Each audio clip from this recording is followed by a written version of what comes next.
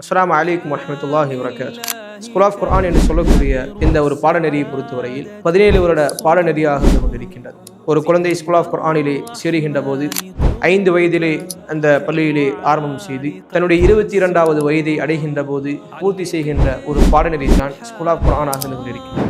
இந்த 17 வருட பாடத்திட்டத்தை பொறுத்தவரையில் 5 நிலைகளை கொண்டதாக ஸ்கூல் ஆஃப் குர்ஆன் இங்கே வடிவமைக்கப்பட்டிருக்கின்றது.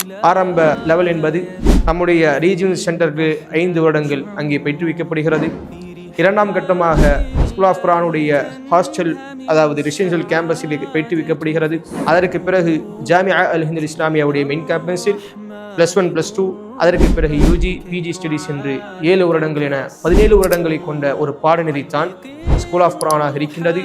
இந்த 17 வருட பாடத்திட்டம் நிறைவடைகின்ற போது நம்முடைய பிள்ளைகள் மார்க்க கல்வி, உலக கல்வி என இரு கல்வியும் ஒன்றிணைந்த கல்வி பெற்றவர்களாக, ஹாஃபிதுகளாக, ஆலிம்களாக, அறிஞர்களாக மாறுகிறார்கள். அல்லாஹ் ரப்புல் ஆலமீன் இதை போன்ற நிறுவனத்தில் நம்முடைய பிள்ளைகளையும் சேர்த்து நல்ல ஒரு அறிஞர்களாக மாற்றுவதற்குண்டான வாய்ப்பை நம் அனைவருக்கும் தந்தருள் புரிவானாக. அஸ்ஸலாமு அலைக்கும் வரஹ்மத்துல்லாஹி வபரகாத்துஹு.